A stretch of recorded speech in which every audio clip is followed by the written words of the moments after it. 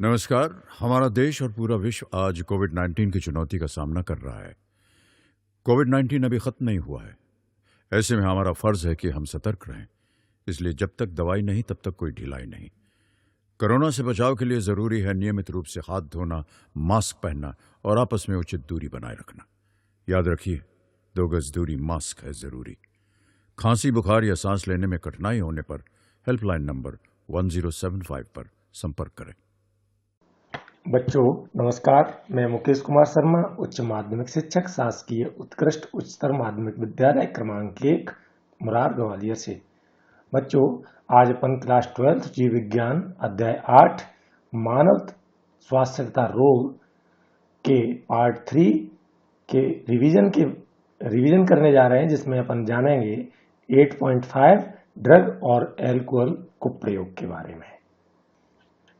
आमतौर पर जिन ड्रगों का उपयोग किया जाता है वे हैं ओपियोइड्स, कैनेबिनॉइड्स और कोका एल्कलॉइड्स। इनमें से अधिकांश पुष्पी पादपों से प्राप्त किए जाते हैं। कुछ ऐसे भी हैं जो कवकों से निकाले जाते हैं। ओपियोइड्स ऐसे ड्रग हैं जो हमारे केंद्रीय तंत्र का तंत्र और जठरांत्र पथ में मौजूद विशिष्ट ओपियोइड ग्राहियों से बंध जाते हैं। आमतौर पर स्मैक के नाम से मशहूर हेरोइन रासायनिक रूप से डाईएसिटिल मॉर्फिन है। अब देखो, इसमें से क्वेश्चन हो सकता है कि ओपियोइड हमारे शरीर के कौन से तंत्र को प्रभावित करते हैं, या ओपियोइड हमारे शरीर में किन किन तंत्रों द्वारा ग्रहण किए जाते हैं, या ऐसे हो सकता है कि ओपियोइड ग्राही हमारे शरीर में कहां पाए जाते हैं। तो तीनों सब चीजों का एक ही जवाब है, तंत्र का तंत्र और जठरांत्र पथ। ठीक है, इसमें क्या है ये भी क्वेश्चन हो सकता है। तो इसमें क्या है, इसमें डाईएसिटिल मॉर्फिन है जो कि हेरोइन नाम से भी जाना जाता है।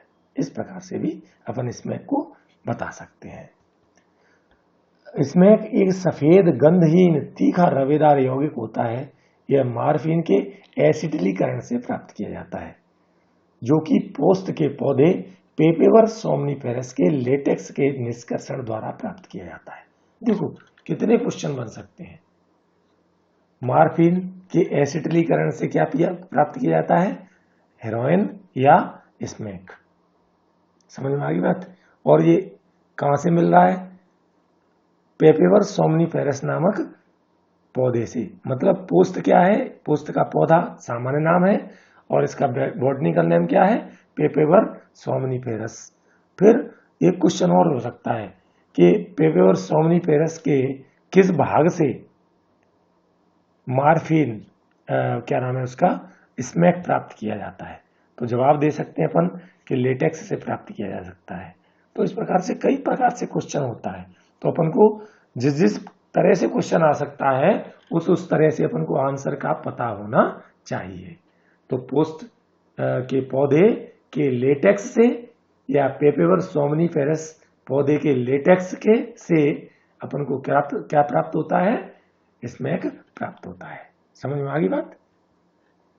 आमतौर पर हेरोइन नामक नाक द्वारा जोर से सांस लेकर या टीके द्वारा ली जाती है। यह एक अवसादक या डिप्रेसेंट है और शरीर के प्रकार्यों को धीमा कर देता है। किस प्रकार से प्रभाव डालता है, ये क्या कर रहा है, अपने तंत्र को प्रभावित करता है, जिससे शरीर के सभी अंग धीरे धीरे काम करना शुरू करते हैं। ठीक है, अब बात आती है कैनाबिनॉइड्स की। कैनाबिनॉइड्स रसायनों का एक समूह है जो मुख्य रूप से मस्तिष्क में मौजूद कैनाबिनॉइड ग्राहियों से पारस्परिक क्रिया करते हैं। देखो एक क्वेश्चन फिर आ गया, कैनाबिनॉइड्स किस अंग को प्रभावित कर रहे हैं, या इसके जो ग्राही हैं वो कहाँ पे मौजूद हैं। तो कैनाबिनॉइड्स ग्राही कहाँ पे मौजूद है, मस्तिष्क में। प्राकृतिक कैनाबिनॉइड कैनबिस सैटाइवा पौधे के पुष्प क्रम से प्राप्त किया जाता है। देखो फिर एक क्वेश्चन बनता है, कैनाबिनॉइड्स कहाँ से प्राप्त किए जाते हैं। कैनेबिस सटाइवा नामक पौधे के पुष्प क्रम से। मतलब यहाँ पे दो तरह से प्रश्न हो सकता है, कौन से पौधे से प्राप्त किए जाते हैं, ये प्रश्न हो सकता है सीधा सीधा। तो जवाब हो जाएगा कैनेबिस सटाइवा नामक पौधे से। फिर यदि प्रश्न ऐसे आ गया, कई बार क्या होता है, अपन इतना तो याद किए हुए होते हैं कि यह कैनेबिस सटाइवा नामक पौधे से प्राप्त किया जाता है, लेकिन एक शब्द छोड़ जाते हैं कि इस पौधे के किस भाग से प्राप्त किया जाता है, और वहां पे ऑप्शनल क्वेश्चन आ गया, पत्ती से, जड़ से, पुष्प से, पुष्प क्रम से, तब अपन फंस जाते हैं। तो जब भी अपन पढ़ें तो जिस चैप्टर से या जिस यूनिट से एक एक नंबर वाले और दो दो नंबर वाले क्वेश्चन आते हैं, वहां पर इस बात का विशेष ख्याल रखें कि एक भी शब्द नहीं छूटना चाहिए, हर बात को अच्छी तरह से अपन को जानना चाहिए। और मैं ये बात हर बार जोर दे के कहता हूं कि जब एक एक नंबर वाले क्वेश्चन होगी, जब अपन तैयारी करते हैं तो अपन को बहुत डूब कर गहराई तक उतर के बात करनी होती है, जानना होता है। तो कैनेबिस सटाइवा नामक पौधे के पुष्प क्रम से कैनेबिनॉइड्स प्राप्त किए जाते हैं। भांग के फूलों के शीर्ष, पत्तियों और राल या रेजिन के विभिन्न संयोजन से मैरिजुआना, हशीश, चरस और गांजा बनाया जाता है। देखो फिर क्वेश्चन, हर लाइन क्वेश्चन होती है। देख लो, मैरिजुआना कैसे प्राप्त किया जाता है, तो भांग के पौधों के फूलों के शीर्ष, फूलों के शीर्ष मतलब पुष्प क्रम का भाग आ गया, पत्तियां और उसका रेजिन, इन तीनों चीजों को मिलाकर क्या बनाते हैं, मैरिजुआना, हशीश, चरस और गांजा। समझ में आ गई बात। तो चारों के लिए एक ही जवाब, मैरिजुआना किससे प्राप्त किया जाता है, कैसे बनाया जाता है, तो जवाब है भांग के फूलों के शीर्ष, पत्तियों और रेजिन को विभिन्न संयोजनों से। मतलब एक तरह से मिलाया, किसी की मात्रा घटा दी, किसी की बढ़ा दी, तो एक चीज प्राप्त हो जाएगी। उसी किसी की दूसरे की चेंज कर दिया, उसमें कॉम्बिनेशन चेंज करके क्या क्या बना लिया जाता है, मैरिजुआना, हशीश, चरस और गांजा। समझ में आ गई बात। आगे बढ़ते हैं। कोका एल्केलॉइड या कोकीन कोका, इसके बारे में जानेंगे अपन। कोका एल्केलॉइड या कोकीन कोका एर्थ्रोसाइलम कोका से प्राप्त किया जाता है। किससे प्राप्त किया जाता है, एर्थ्रोसाइलम कोका से। और ये पौधा कहाँ का है, मूल रूप से यह पौधा दक्षिण अमेरिका का पौधा है। ये भी प्रश्न हो सकता है, एर्थ्रोसाइलम कोका मूल रूप से कहाँ का पौधा है, तो अपन को याद रखना दक्षिणी अमेरिका या साउथ अमेरिका कॉन्टिनेंट का पौधा है। यह तंत्रिका प्रेषक या न्यूरोट्रांसमीटर डोपामिन के परिवहन में बाधा डालता है। कोकेन, जिसे आमतौर से कोक या क्रेक भी कहा जाता है, प्राय जोर से सांस द्वारा अंदर खींची जाती है। इसका केंद्रीय तंत्रिका तंत्र पर जोरदार उद्दीपक या स्टिमुलेटिंग असर होता है, जिससे सुखाभास या यूफोरिया और ऊर्जा में वृद्धि की अनुभूति होती है। देख लो, कोकेन, कोकेन का कैसे उपयोग कर रहे हैं अपन कोकेन को सांस के द्वारा अंदर खींचते हैं, और जब सांस के द्वारा इसको अंदर खींचते हैं तो ये क्या करता है, तंत्रिका तंत्र पर प्रभाव डाल देता है और उसको उद्दीपित कर देता है, स्टिमुलेट कर देता है, जिससे हमें क्या लगता है, एक आभास होता है, झूठा आभास, जिसे सुखाभास या यूफोरिया कहते हैं, जिससे हमें ऐसा महसूस होता है हमारे शरीर में ऊर्जा की वृद्धि हो गई है, ऐसा अनुभूति होती है। कोकेन की अत्यधिक मात्रा से विभ्रम या हेलुसिनेशन हो जाता है। हेलुसिनेशन या विभ्रम मतलब आदमी भ्रम में जीता है, उसे हकीकत का पता नहीं चलता, जिससे वो अपने आप को दुनिया से अलग महसूस करता है। अन्य प्रसिद्ध पादप जिनमें विभ्रम पैदा करने का गुण है वो है एट्रोपा बेलाडोना और धतूरा। तो ये भी याद रखना, एट्रोपा बेलाडोना और धतूरा, इनके उपयोग द्वारा भी क्या होता है, हेलुसिनेशन या विभ्रम पैदा हो जाता है। आजकल कुछ खिलाड़ी भी कैनेबिनॉइड का दुरुपयोग करते हैं, जिससे क्या होता है, थकान महसूस नहीं होती। कैनेबिनॉइड की छोटी सी मात्रा ले लेते हैं और उन्हें, तुमने सुना होगा डोप टेस्ट। डोप टेस्ट क्या है, इनका टेस्ट, किसी ने इनका उपयोग तो नहीं किया है, उसका टेस्ट होता है वो, ठीक है।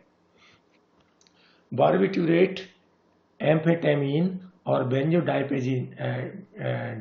बेंजोडाइजेपिन जैसे ड्रग इन जैसे अन्य ड्रगों को अवसाद या डिप्रेशन और अनिद्रा या इंसोम्निया जैसे मानसिक व्याधि से ग्रस्त रोगियों की सहायता के लिए सामान्य औषधियों के रूप में काम में लिए जाते हैं।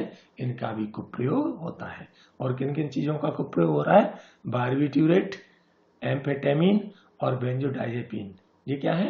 ये वास्तव में जो अवसाद या डिप्रेशन के रोगी होते हैं, अनिद्रा के रोगी होते हैं, उनको एक नींद की गोली के रूप में या नींद की ड्रग के रूप में इनको उपयोग किया जाता है, लेकिन लोग इनका भी कुप्रयोग करते हैं। मॉर्फिन एक बहुत प्रभावी शामक या सेडेटिव और पीड़ाहार है, और जिन रोगियों की शल्य क्रिया की या सर्जरी हुई होती है उनके लिए उपयोगी होता है। मतलब ऐसे रोगियों को दर्द का निवारण करने के लिए मॉर्फिन का इंजेक्शन लगा दिया जाता है, जिनसे इनको दर्द नहीं होता है। विभ्रमी गुण वाले अनेक पादपों, फलों, बीजों का विश्व भर में लोक औषधि, धार्मिक उत्सवों और अनुष्ठानों में सैकड़ों वर्षों से उपयोग हो रहा है, लेकिन लोग आजकल इन सब चीजों का दुरुपयोग कर रहे हैं और इनसे नशा प्राप्त करते हैं। जब ये औषधियां चिकित्सा के बजाय दूसरे उद्देश्य से ली जाती हैं या इतनी मात्रा में इतनी बार ली जाती हैं कि व्यक्ति के शारीरिक, शारीरिक अथवा मनोवैज्ञानिक प्रकार्यों को गड़बड़ा देती हैं, तो यह ड्रगों का कुप्रयोग बन जाता है। धूम्रपान से इन तीव्र ड्रगों के सेवन का रास्ता खुल जाता है। मतलब क्या है? जब शुरुआत कहाँ से होती है? एक छोटी सी शुरुआत होती है इन ड्रगों की। कहाँ से होती है? छोटी छोटी बातों से। तंबाकू का प्रयोग मानव 400 वर्षों से भी अधिक समय से करता आ रहा है। तंबाकू, धूम्रपान मतलब तंबाकू पिया जाता है, चबाया जाता है, सूंघा जाता है। तंबाकू में बहुत से रासायनिक पदार्थ होते हैं, जिनमें से एक एल्किलॉइड, जिसे निकोटीन, एक एल्किलॉइड है जो कि निकोटीन है, वो शामिल है। निकोटीन अधिवृक्क ग्रंथि या एड्रिनल ग्लैंड को उद्दीपित करता है, जिससे एड्रिनल और नॉर एड्रिनल रक्त परिसंचरण में छोड़ दी जाती है। मतलब क्या हुआ? जब निकोटीन हमारे शरीर में पहुंचता है तो एड्रिनल ग्रंथि या एड्रिनल ग्लैंड उद्दीपित हो जाती है, जिससे दो प्रकार के हार्मोन्स एड्रिनलिन और नॉर एड्रिनलिन रक्त परिसंचरण में मिल जाते हैं, और ये दोनों रक्तचाप और हृदय स्पंदन की दर को बढ़ाते हैं। धूम्रपान फुफ्फुस, मूत्राशय और गले के कैंसर को श्वसनीय शोथ या गले के कैंसर, श्वसनीय शोथ या ब्रोंकाइटिस, वातस्फीति या एम्फीसीमा, हृदय रोग, जठर व्रण या गैस्ट्रिक अल्सर से संबंध है। मतलब तंबाकू के उपयोग करने से ये सभी बीमारियां हमें हो सकती हैं। तंबाकू चबाना मुखकोटर के कैंसर के खतरे को बढ़ा देता है। धूम्रपान से रक्त में कार्बन मोनोऑक्साइड की मात्रा बढ़ जाती है और हीम आबद्ध ऑक्सीजन की सांद्रता घट जाती है। इससे शरीर में ऑक्सीजन की कमी हो जाती है। धूम्रपान और तंबाकू चबाने के खतरे और इसकी लत पड़ जाने वाली प्रवृत्ति को देखते हुए युवा और वृद्ध दोनों को इसकी आदत से बचना चाहिए। किसी भी लत से छुटकारा पाने के लिए परामर्श तथा चिकित्सा सहायता की आवश्यकता होती है। अब बात आती है किशोरावस्था और ड्रग और एल्कोहल के कुप्रयोग। यहाँ पर एक क्वेश्चन बनता है 4 नंबर का, किशोरावस्था और ड्रग और एल्कोहल के कुप्रयोग से। किशोरावस्था का अर्थ एक अवधि और एक प्रक्रिया दोनों से है।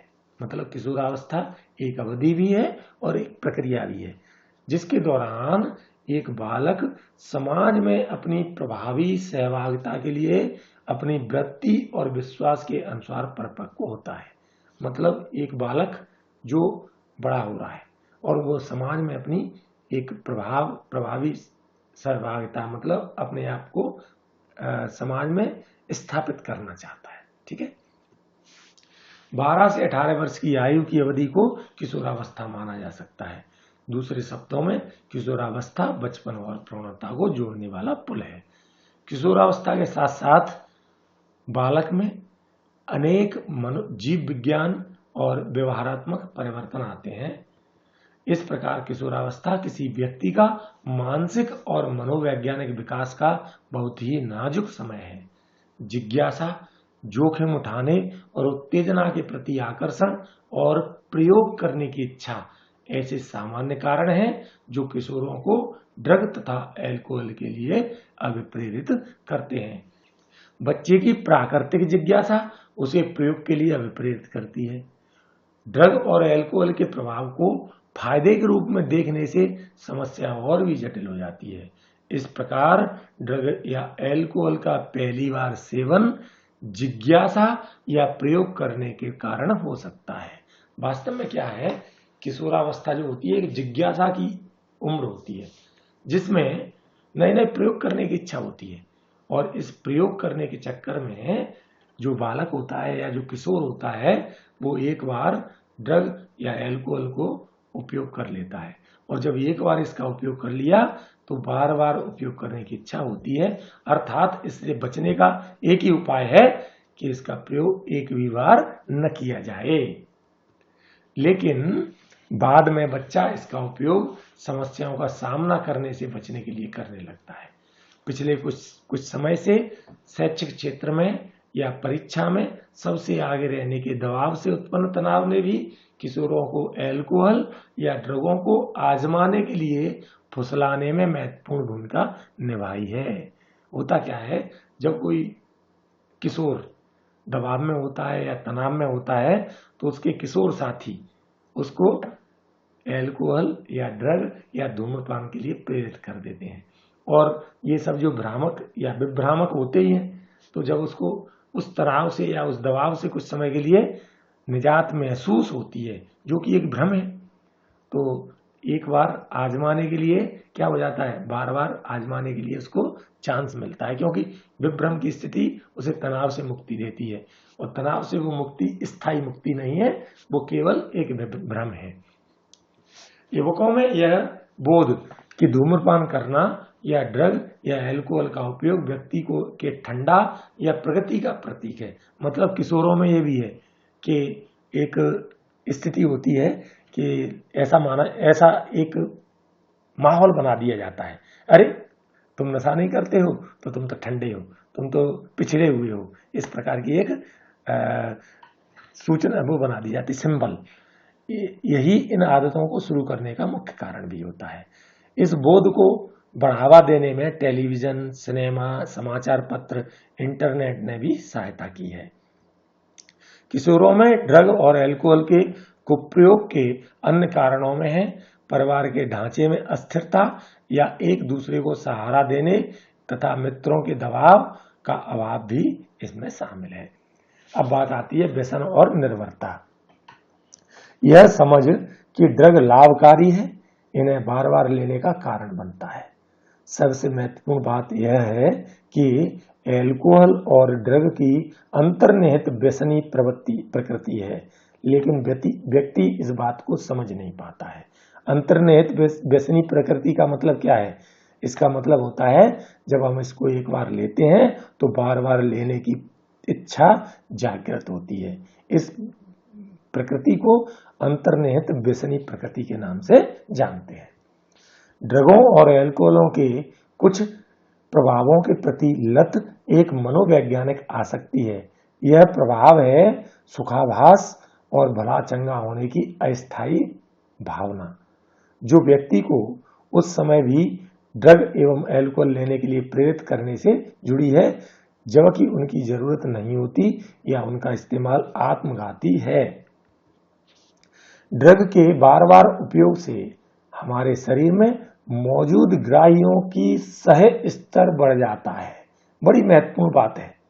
ड्रग बार बार लेने की इच्छा या ड्रग के प्रति लत कैसे जागृत होती है या व्यक्ति उसका आदी कैसे हो जाता है और व्यक्ति की समझ में नहीं आता, उसके पीछे महत्वपूर्ण कारण है ड्रग के बार बार उपयोग करने से हमारे शरीर में मौजूद ग्राहियों का सह स्तर बढ़ जाता है। इसके फलस्वरूप ग्राही ड्रगों या अल्कोहल की केवल उच्चतर मात्रा के प्रति अनुक्रिया करते हैं, जिसके कारण अधिकाधिक मात्रा में लेने की लत पड़ जाती है। लेकिन एक बात बुद्धि में बिल्कुल स्पष्ट होनी चाहिए कि इन ड्रग को एक बार लेना भी व्यसन बन सकता है। जैसा मैंने अभी पहले कहा कि एक भी बार लिया तो पूरी पूरी संभावना रहती है कि व्यसन बन सकता है। इस प्रकार ड्रग और अल्कोहलों की व्यसनी शक्ति उन्हें इस्तेमाल करने वाले या इस्तेमाल करने वाली को एक दोषपूर्ण चक्र में घसीट लेते हैं, जिससे इनका नियमित सेवन करने जिससे वह व्यक्ति इनका नियमित सेवन करने लगते हैं और इस चक्र से बाहर निकलना उनके बस में नहीं रहता है और वो उसके गुलाम होके रह जाते हैं। ठीक है। किसी मार्गदर्शन या परामर्श के अभाव में व्यक्ति व्यसनी बन जाता है और उनके ऊपर आश्रित होने लगता है, अर्थात गुलाम हो जाता है। निर्भरता शरीर की वृत्ति है जो ड्रग या अल्कोहल की नियमित मात्रा अचानक बंद कर दिए जाने पर अविलक्षण और अप्रिय विनिवर्तन संलक्षण या विड्रॉवल सिंड्रोम के रूप में व्यक्त होती है। क्या है? एक नया प्रश्न। विनिवर्तन संलक्षण या विड्रॉवल सिंड्रोम क्या है? विनिवर्तन संलक्षण या विड्रॉवल सिंड्रोम के अविलक्षण क्या होते हैं? इसमें क्या होता है? चिंता, शरीर का कंपन होना, मिचली आना, शरीर में पसीना आना, जिनसे ड्रग और अल्कोहल का इस्तेमाल फिर से चालू कर दिए जाने पर छुटकारा मिल जाता है। देखो कितनी खतरनाक स्थिति है।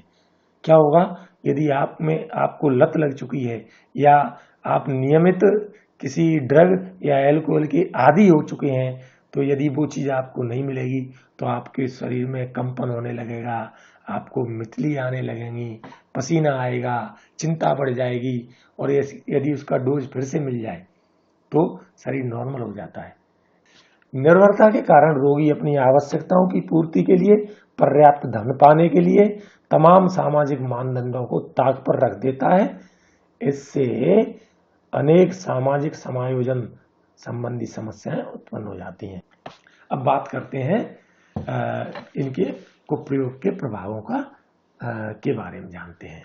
तो देखो यहां से भी एक 4 नंबर का क्वेश्चन आ सकता है। इनके क्या प्रभाव पड़ते हैं? ड्रग या अल्कोहलों के कुप्रयोग के क्या प्रभाव पड़ते हैं? ड्रग और अल्कोहलों के तात्कालिक प्रतिकूल प्रभाव अंधाधुंध व्यवहार, बर्बरता और हिंसा के रूप में व्यक्त होते हैं। मतलब अपन ने क्या देखा कि जब कोई व्यक्ति नशे में होता है तो वो क्या कर सकता है? किसी से लड़ाई झगड़ा कर सकता है, उसकी गाली गलौज कर सकता है, कुछ भी कर सकता है। तो ये तात्कालिक प्रभाव है। अब आती है बात ड्रगों की अत्यधिक मात्रा से श्वसनपात या रेस्पिरेटरी फेल्योर, हृदयपात या हार्ट फेल्योर अथवा प्रमस्तिष्क रक्तस्राव या सेरिब्रल हेमरेज के कारण मूर्छा या कोमा और मृत्यु भी हो सकती है। तो दो प्रभाव हमको ये दिखे, एक तो तात्कालिक प्रभाव और इसके लंबे समय तक उपयोग करने से शरीर में कई प्रकार की समस्याएं आ सकती हैं, जिसमें रेस्पिरेटरी फेल्योर हो सकता है, हार्ट फेल्योर हो सकता है, सेरिब्रल हेमरेज हो सकता है, मनुष्य कोमा में जा सकता है और मृत्यु भी हो सकती है। ड्रगों का संयोजन या अल्कोहल के साथ इनके सेवन का आमतौर पर यह परिणाम अति मात्रा में होता है।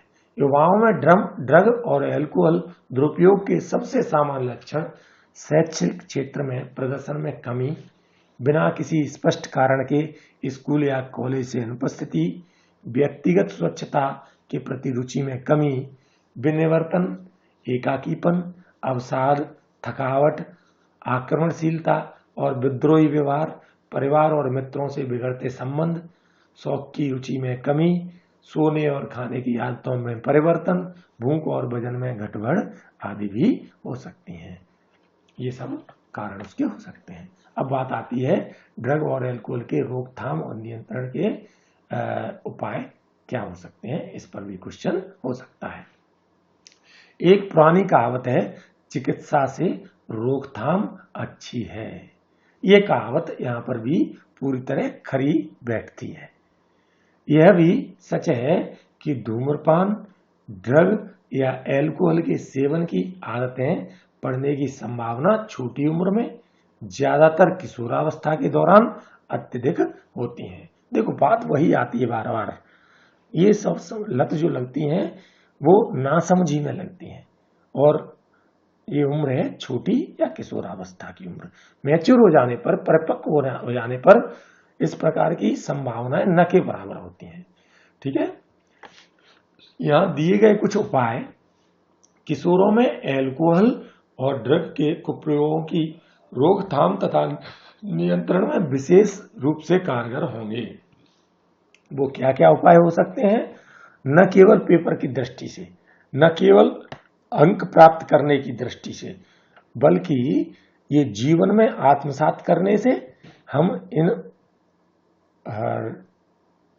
एल्कोहल और ड्रग के लत से बच सकते हैं। वो क्या क्या हो सकते हैं? वो है, पहला, बालक को उसकी अवसीमा से अधिक करने के लिए अनावश्यक दबाव नहीं डालना चाहिए। मतलब कोई बालक या बच्चा है या किशोर है या कोई व्यक्ति है, उस पर उसकी क्षमता से अधिक या उसकी जो लिमिट है, मतलब शारीरिक क्षमता, बौद्धिक क्षमता, उसकी जो क्षमता है उससे ज्यादा करने के लिए उस पर दबाव नहीं डालना चाहिए। यदि उस पर इस प्रकार का दबाव बनता है तो क्या होगा? वो डिप्रेशन में जाएगा, और डिप्रेशन में जाएगा तो वो ड्रग का या एल्कोहल का या किसी धूम्रपान का सहारा ले सकता है। पहला कारण, तो इससे बचना चाहिए। दूसरा, समस्याओं और दबावों का सामना करने और निराशाओं तथा असफलताओं को जीवन का एक हिस्सा समझकर स्वीकार करने की शिक्षा एवं परामर्श उन्हें देना चाहिए। इसका मतलब क्या है कि हमें अपने आप को भी, स्वयं को भी, और अपने साथियों को भी और बच्चों को भी एक बात समझानी चाहिए कि समस्याओं और दबावों का एकमात्र एक ही उपाय है, इनसे लड़ना सीखें। दूसरा है कि असफलता और निराशा ये जीवन का एक अंग है। ये बात स्वीकार करनी चाहिए कि जीवन में सफलता भी मिलेगी, असफलता भी मिलेगी, आशा भी है तो निराशा भी है। इन सब बातों को हमें अच्छी तरह समझना चाहिए। तीसरा है, माता पिता और समकक्षियों से फौरन मदद लेनी चाहिए ताकि वे उचित मार्गदर्शन कर सकें। होता क्या है, जैसे ही हमें कोई समस्या आती है तो उस समस्या को हम अपने साथ वालों के लिए, विशेषकर माता पिता से शेयर करें और उस समस्या का निदान ढूंढने की कोशिश करें। होता क्या है, किशोर अवस्था में, विशेषकर किशोर अवस्था में बच्चे क्या करते हैं कि जो कोई समस्या होती है उससे अकेले लड़ने की कोशिश करते हैं, या ऐसा महसूस करते हैं यदि किसी को पता चला तो बेइज्जती होगी, तो वो किसी से शेयर नहीं करते अपनी समस्या को। तो वास्तव में समस्या को शेयर करना चाहिए, विशेष रूप से माता पिता से शेयर करना चाहिए और उसका उचित मार्गदर्शन ढूंढना चाहिए, जिससे हमें किसी को भी नशे का सहारा न लेना पड़े। चौथा है, संकट के संकेतों को देखना। इसमें क्या होता है, सावधान माता पिता और अध्यापकों को चाहिए कि ऊपर बताए गए खतरों के संकेतों पर ध्यान दें और उन्हें पहचानें। मित्रों को भी चाहिए कि अगर वे परिचित को ड्रग या एल्कोहल लेते हुए देखें तो वे उस व्यक्ति के भले के लिए माता पिता या अध्यापक को बताने में हिचकिचाएं नहीं और कोशिश करें कि अपने साथियों को भी समझाएं। अगला है, जो व्यक्ति दुर्भाग्यवश ड्रग या एल्कोहल के कुप्रयोग रूपी दलदल में फंस गया है, उसकी सहायता के लिए उच्च योग्यता प्राप्त मनोवैज्ञानिकों, मनोरोग विज्ञानियों की उपलब्ध और व्यसन छुड़ाने तथा पुनः स्थापना कार्यक्रमों हेतु काफी सहायता उपलब्ध है। Thank you. किशोर अवस्था संबंधित समस्याओं के परामर्श हेतु समर्पित उमंग किशोर हेल्पलाइन के टोल फ्री नंबर 144225 पर संपर्क करें।